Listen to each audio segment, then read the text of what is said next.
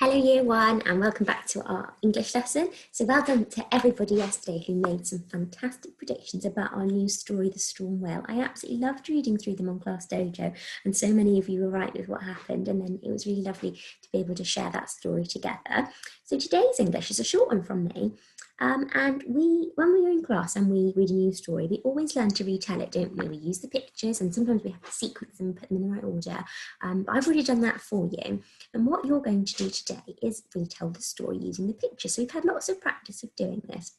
So what you're going to do today is the best thing to do would be to pause this video when I finish talking and you've got those pictures there on the screen. And I want you to think of just like one sentence for each picture that would help you retell the story. So you don't need to write these sentences down. This is called oral retelling. That's when we do it with our voices rather than actually writing. And it means that we get to learn that story. So when we come and do more things with this story, we've got it right in our heads, okay?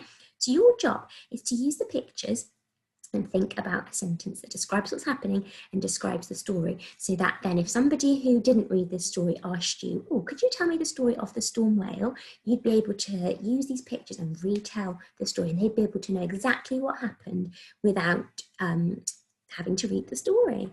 Okay, so what I want you to do is just pause the video and have a think about what you could say for each one. You could have practice, see if you could do it a couple of times. So you might think about each picture to start with, and then you might see if you can kind of go through it all as if you're reading, but without actually reading.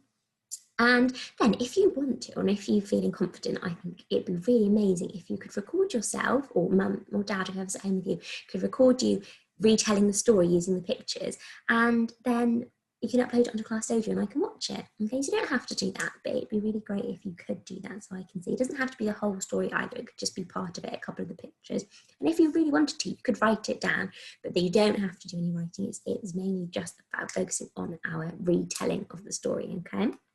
So once you've done that, keep it in your head, and then on Friday we'll come back to it and I'll do my version of retelling it, and we can go further from there. Okay, so as I said, a really short one from me. So when I finish talking, I'm going to pause the video, have a good look at the pictures, think about what sentence you could say for each one, what's happening in each picture, how do we retell stories normally, have a go at practicing, do it a couple of times through, and then it'd be amazing if you could record yourself doing the story and put it onto Class Dojo. Okay, so I really hope you have fun doing it. We always like doing it when we do it in class, don't we? And if you need a reminder about the story, you could always go back to yesterday's video and watch me reading it again if you've forgotten a few of the details, but see if you can do it without that first of all.